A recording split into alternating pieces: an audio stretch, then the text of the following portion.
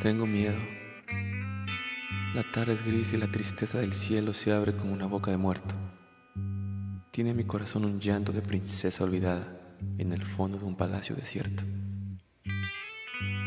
Tengo miedo y me siento tan cansado y pequeño que reflojo la tarde sin meditar en ella. En mi cabeza enferma no ha de caber un sueño, así como en el cielo no ha cabido una estrella.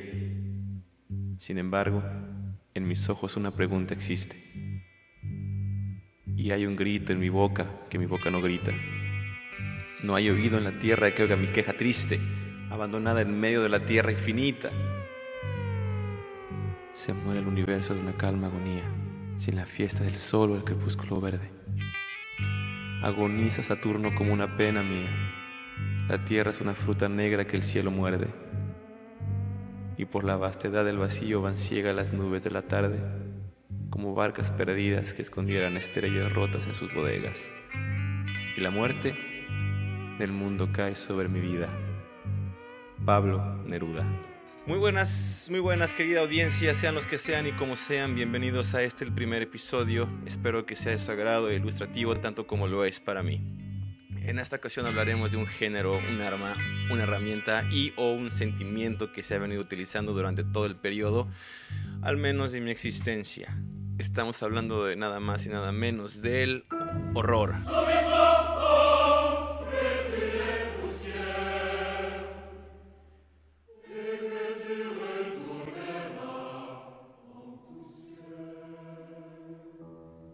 Et ils m'en fit faire le tour, car il y en avait à l'infini, à la surface de la terre, et ils étaient secs à l'extrême. Pero para dar más color a esta palabra que muy a menudo se la atisba con diferentes sinónimos como susto, miedo o terror, hay que deshebrar su jerarquía muy sutilmente.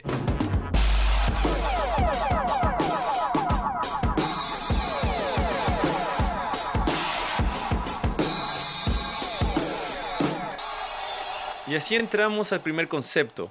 Susto es una impresión circunstancial inmediata de miedo o temor. Su duración puede ser muy ambigua. Relativamente algunos 2 minutos y un pedacito de pan, vámonos.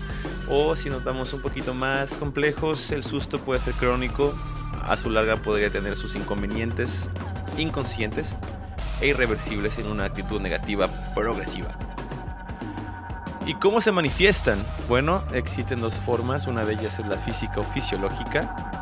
El claro ejemplo lo tendremos en la transpiración o en las palpitaciones excesivas. Otra de ellas son las expresiones físicas como las manifestaciones dérmicas de tensión, conocidas así como dermatitis nerviosa. Eso quiere decir que cuando tenemos comezón en ciertas partes del cuerpo, y no necesariamente donde ustedes están pensando. Otra de ellas es la forma emocional o psíquica. En este ejemplo abarca la inseguridad, el descontrol y la infelicidad. Pero cuidado.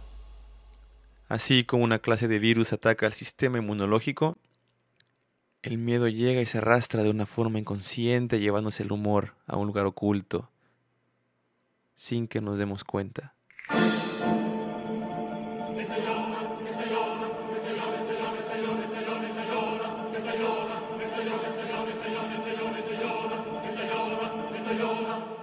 Y caminando de una forma jerárquicamente ascendente, encontramos la palabra miedo. Proviene del término latín letus, que significa una perturbación angustiosa del ánimo por un peligro real, ficticio o imaginario. Pero rascando un poquito más, podremos darnos cuenta que así como las hermanas Pituca y Petaca, los incomparables Chano y Chon,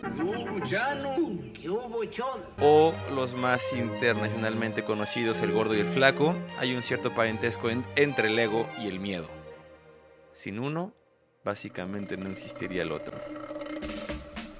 El ego, o el egotismo, como lo menciona Eckhart Tolle en uno de sus libros, vamos a dar una cierta referencia que nos seguirá por el resto de nuestras vidas, el cual hace y deshace, mide y decide sin necesidad de percatarnos. Brillante y a su vez tímido, siempre seguido de un fuerte impulso de posesión basado en las sensaciones humanas. y eso nos involucra a todos. ¿Quién no quiere un iPod? ¿Quién no quiere ir al cine a ver el trasero de Megan Fox? Bueno, al menos yo conozco gente que sí. ¿Quién no quiere ir de Reven en un convertible al centro, al downtown, y tener una de las mejores conversaciones con la chica más sensual del lugar? Hay que ser el más cool, el más abierto, hay que ser casi como Calimán. Que quiero dar mención que Cali significa inteligencia y fuerza. Pero ¿qué pasa cuando las cosas no resultan como tú los deseas? Pierdes el control y de pronto todo se torna incómodo. Habrá miles de situaciones que puedan suceder en el momento. Una de ellas, y la más clásica, es cuando el zipper está bajo. Pero ¿cómo podrás controlar si de pronto las gorditas de chicharrón de tu tía Conchita hacen su peor efecto en su natural proceso biológico? Y aparecen un sinfín de gases totalmente incontrolables. Al menos que tengas un buen filtro anal, todas tus palabras, esa cadenita de oro, ese carro convertible, todo eso quedará en segundo plano. Y es ahí donde el ego crea su defensa. Entra a un estado de incomodidad, angustia, ve las cosas de otro color, quizá pareciera que los gases ya han salido expulsados y que todo el mundo se ha percatado de ello. Entra una paranoia. Y creo que aquí es donde el ego corre peligro de una manera real e imaginaria. El pedo puede ser tan real como un lanzallamas integrado y todos sabemos de dónde. Podemos saber de algunos casos de transpiración involuntaria en zonas no visibles y aclaro, esto le puede pasar a cualquiera. Me gustaría llevar a una de esas chicas, de esas monas, a comer gorditas con la tía Conchita y ver cómo sacan sus miedos. It's impossible for words to describe what is necessary to those who do not know what horror means. Horror. Horror has a face, and you must make a friend of horror. Horror and moral terror are your friends. If they are not, then they are enemies to be feared. They are truly enemies. This is the end, beautiful friend.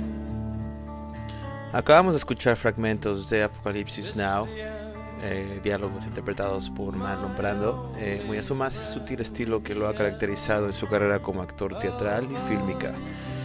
Esta es una realización épica de 1979, una película dirigida por Francis Ford Coppola, que nos desnuda la cara del horror en ámbitos totalmente extremos como lo fue la guerra de Vietnam, una pérdida obvia del sentido ético ante nuestro prójimo y ante nuestros ojos.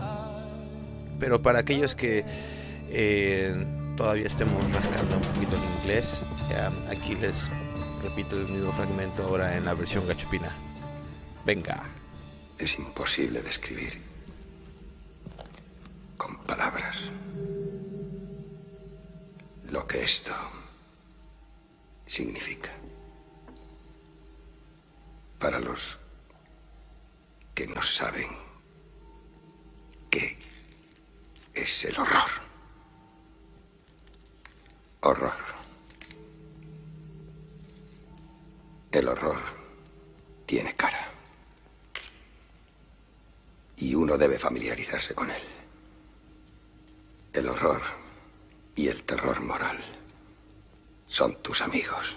De lo contrario, se convierten en enemigos espantosos. En enemigos de verdad. Y así llegamos a la jerarquía más alta de estos conceptos, dejando lugar al género que a muchos cineastas, escritores, fotógrafos y en fin cualquier tipo de rama artística ha venido llenando las cabecitas de ideas para sus próximas realizaciones. Para abarcar el significado de horror sería muy bien necesario encontrarnos con este famoso término utilizado en el medio fílmico, y estamos hablando del terror. La emoción más antigua y más intensa de la humanidad es el miedo.